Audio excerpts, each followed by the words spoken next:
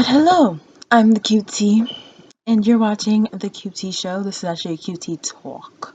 So, let's get to talking.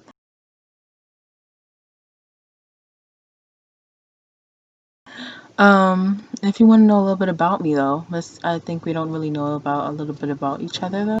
Alright, so I am 21 years old. I am a vegan. I am from the Biggie Down Bronx. Let's get it. Um, I am an alumna of Delaware State University, and I already told you where I'm from. I am.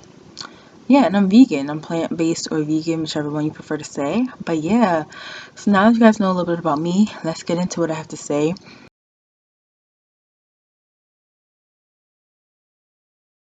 So let's talk because I have been very, very, very inconsistent here on this platform of YouTube.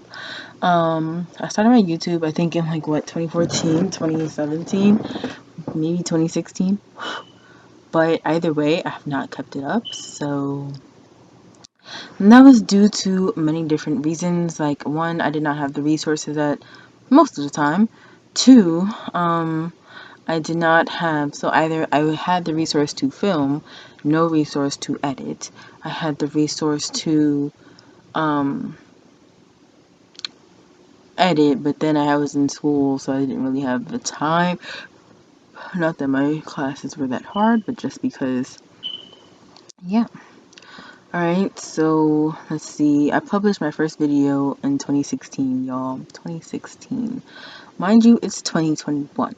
And I have been filming since 2017, like straight steady. But I just did not have the time or the resources to edit.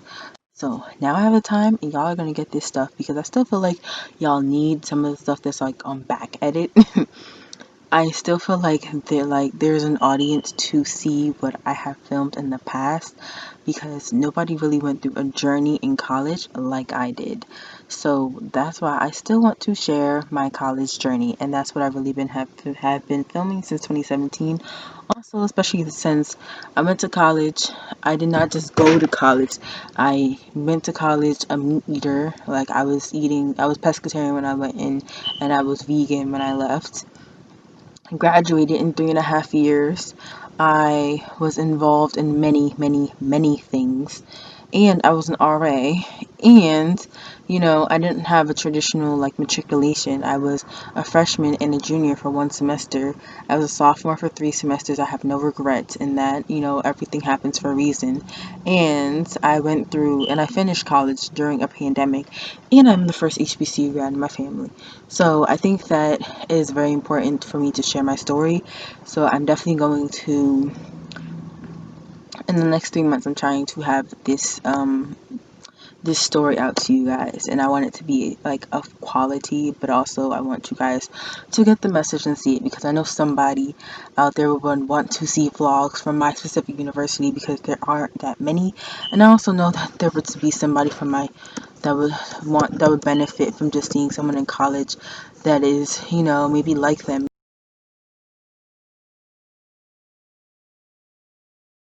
So yeah, so some lessons I learned in 2020 is like the first one I'm going to say that I learned, it's like the biggest lessons that I learned, and that I think that it's important to tell you guys about 2021. So the biggest lesson I think I learned was college is so fun. Cherish that time. You are learning so much more than inside the classroom, and I think that's the biggest thing about being on campus and being in an environment like that. A lot of people say they go to college and then they come out.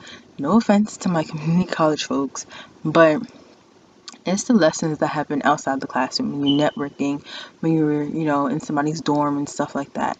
I know a lot of people who went to community colleges and they just don't have the same experiences as people who lived on a campus because they're missing out on, not missing out, but they just don't have that same experience of, going to somebody's dorm and struggling trying to do like homework that way.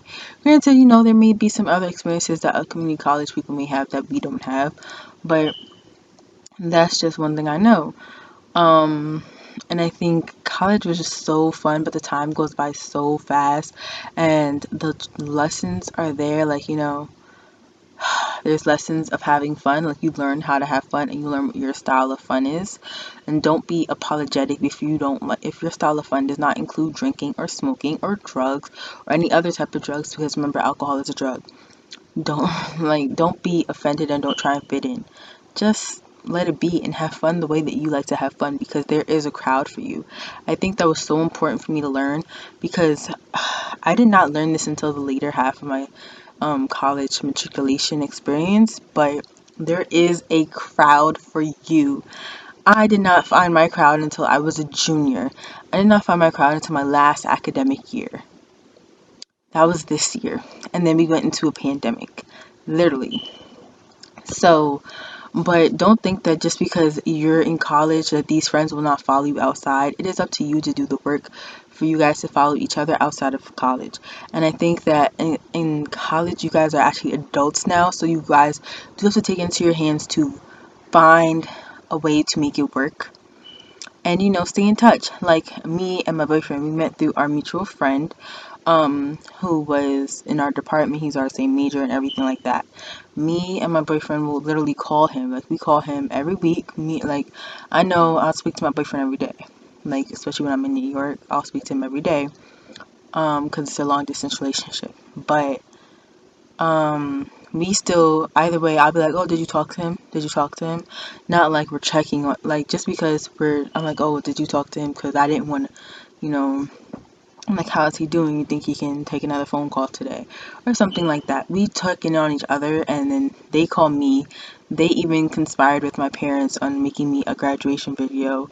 And they even had like their own little petty white lies that they put together just to like throw me off of their track from whatever they were, from the video that they were planning, my like graduation surprise that they were planning.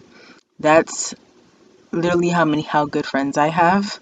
Um, just know that like you're not alone and you always have somebody to go to. And college is just so fun, and it's just like, cherish those relationships inside and outside the classroom, because sometimes it's going to be those relationships that you meet outside of networking events too, that actually help and propel you forward. Right. So yeah, college was super fun. I'm not gonna say like am my status over? Yes, but I'm glad I made it through. Yeah, I think I'm gonna leave it there on that. Sad it's over. I'm not sad it's over, but I kind of wish I kind of wish I had more experiences, or another way to have those types of experiences that I had in college before, like, just a group of people talking about things like, oh, what do you think this means? What do you think that means? Yeah. Um So, I would say another lesson I learned in 2020 would be that it is okay to ask others for help. It is okay to need help. It is okay to just help somebody. So, I don't know about y'all, but I know it's a thing in the community, or just a thing, period, that we don't like to ask for help. I know as black women, we don't like to ask for help. I know as a woman, we don't like to ask for help. I know as black people, we don't like to ask for help. And I know as just people in general, we don't like to ask for help. It has taken me a long time to be able to ask for help. My dad kept telling me that I need to be able to ask him for help, and I still did not want to ask him for help, and I'm not gonna lie, even in my relationship with my boyfriend, I don't always want to ask for help because I believe I can do everything on my own, or I did, and I'm realizing now I can't do everything on my own. I need help. Like sometimes when I was visiting my boyfriend, I would try and starve sometimes because I did not have the money to eat. And I did not want to ask because I wasn't able to, get my own employment. And I felt like it was up to me. Like if I can't eat, that's on me. Not like, oh, I need to eat. No. Like, to me, it did not feel like a necessity. And, that also goes into taking care of yourself and, making yourself a priority. In my mind, I'm never a priority. It's other people, it's the business, it's that, it's productivity. If I'm making myself a priority, then I'm not productive. And that needs to just get thrown in the trash, because I'm it. I'm the main character of this. I'm the main character of this You know what I'm saying? So I'm the main character up in this piece.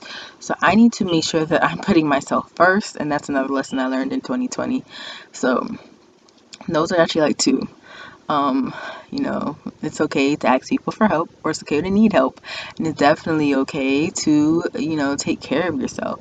That was a huge one for me because I did not believe in taking care of myself. I was really that person that believed it's selfish. I would go on, like, I remember my best friend, she would do self care. I'm not gonna lie, I hated it. But in my mind, it's like, I hate it, but I'm not gonna say anything because it's something that I hate that she does, but in my mind it's just like that's who she is. So I'm not gonna ask her to change who she is because I love her for who she is. She just is a person that takes care of herself, and this is like the whole self care thing. To me, it's like the self care thing. You know what I'm saying? Even the way I said it just now, like the self care thing, the self love thing, like the thing, like as if I'm still trying to stay away from it. I'm trying to incorporate it a little bit more this year. That is one of my New Year's resolutions, my New Year's res. But it's just weird because I already feel like I don't deserve to have it. But I think that I need I think that, we punish ourselves for the things that we went through as a child. There be things for the things that we went through as children. And we don't allow us, we don't forgive ourselves for other people's actions because we take on their responsibility. No, well, look, I just think that we need to do better in forgiving ourselves. Like say to you, like, self, I forgive you. And, or it could be sort of something that we did. I don't care. It's just like we need to forgive ourselves because we should not be holding ourselves accountable for things that was over 10 years ago or that happened when we were 5, that we do not hold our own parents who were supposed to take care of us accountable for. Okay? So that's one. Um So I know that, and I carry that in to everything I do because I'm very dedicated to whatever I do. So if I'm doing something and I'm really dedicated into it, I'm going to just be like productivity, productivity, productivity. And I have to learn that productivity is not everything, and that it's okay to stand firmly in saying no. That was another thing I learned, that saying no is very important. I had to learn how to say no, and I'm so glad that I was able to say no. Like, if I don't want anybody's help, I had to learn how to say no. um like, I had to learn how to be intentional about who and what I was choosing help from, like, for and from, because I could not let certain people help me and, have bad intentions, or I just could not let certain people just put their energy into my life, because that just would not be fair. Well, that just wouldn't be right on me, because then their toxicity would rub off on me, and it would rub off into the new chapter of the things I'm trying to manifest. And I think that's probably why the universe has not gifted me certain things yet, because I kept trying to rest it, or I kept trying to put all of my future success on the backs of those people who do not even wish me success. And that is something I definitely have to get over. Definitely. But I'm working on it. I am a work in progress. I think another thing I learned this year was to make room for love. I think that this was very mutual. We have to learn how to make room for those who love us. A lot of times we will close ourselves out from certain things because of, I would say, past traumas, which, we should not be. And I gave up this notion that I heard Kai Foster say, that, we don't have to wait until we are fully baked in an incubator, or, to the person that we want to be, in order to accept love. I think that, we can grow with our partner, and I think that was holding me back. I felt so apologetic for who I was in the moment of the pandemic. The pandemic came and nobody saw it coming, including myself. And I keep coming back to this conclusion that it's my fault that I was unemployed throughout the entire pandemic. That it's my fault that the only thing I was doing throughout the pandemic was being in school and finishing my degree. Granted, I finished my degree during the pandemic, but I just don't forgive myself for that. And I feel like for that, it was a way that I was not letting myself in to my relationship a little bit more. I feel like I could have been a little bit more better about it, because I kept feeling like I was, what's the word? I kept feeling like I was very, what's the word? I kept feeling like I was incompetent. And I was not of equal value to my boyfriend as he was to me, because he was able to have a job. But granted, who's to say that? My success and my achievements do not measure my character. My character is what makes me a good partner for him. It's not, and my character and my personality is what makes me a good partner for him. Not my achievements, not my success, not anything I've done. It just because I have a degree does not mean that I am the best person for him. More so because of how I treat him, because of how I love him, because of my character, because of who I am on the inside. That is what makes me a good and equal partner for him, a worthy partner for him. Not, oh, well, you have a degree. That's outside. Yes, knowledge cannot be taken away, but accolades and achievements can be held up here and then be down here the next day. Like accolades will be up here one day and then be down here the next day. Don't play with them. Don't play with yourself. Like, you are valuable, you are worth it. And I had to tell myself that I am valuable, I am worth it. I am worthy of his love. I had to make room for his love. I had to make room for my own love. And I had to realize that I was not loving myself so the way that I should have, especially once the pandemic hit and I had to be back in New York, because New York is just toxic. Hella toxic. But just New York itself is a very toxic place. Like the public transportation, the people. For me, yes, the people includes my family. Um and everything like that. Like, just New York is just a toxic place, and that's why I really just was so strong headed on leaving it when I was in college. But now I don't know if I'm strong headed on leaving it. I think for the same reason. I think now I know I want to leave New York, because I realized that another big thing that I realized was my worlds are merging. So when I was growing up, I had Daddy's World, I had Mommy's World, and I had Q's World.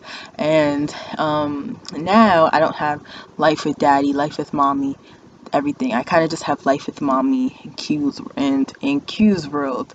I don't really have like a separation, a third world anymore. Like, my dad kind of cut me off. I don't really have like Q, like I don't have that third panel, that third world anymore. I more so have like two worlds, because my worlds are merging. Like, I don't have, like, now that I have a boyfriend, I don't only see my boyfriend when I'm with my mom or before I go home to my mom. I don't only see my boyfriend in Q's world. I don't only see certain people in Q's world. They have now emerged where I see everybody. Like, this one world is now where I'm seeing everyone. And it's crazy to me. I'm a work in progress. So, I feel like because my worlds are merging, I had to decide, what are you going to take with you from this world, from that world, and merge into Q's world. Um, because they all kind of merged without warning, and I think that's what life is, merging without warning. So, I hope that this has helped y'all. I hope that you guys merge without warning. And if you have any relatable experiences, tell me, leave them in the comments below. And I shall speak out to y'all later. Peace, two fingers, and let's enjoy 2021. I can't wait to see where it takes us. Bye, y'all.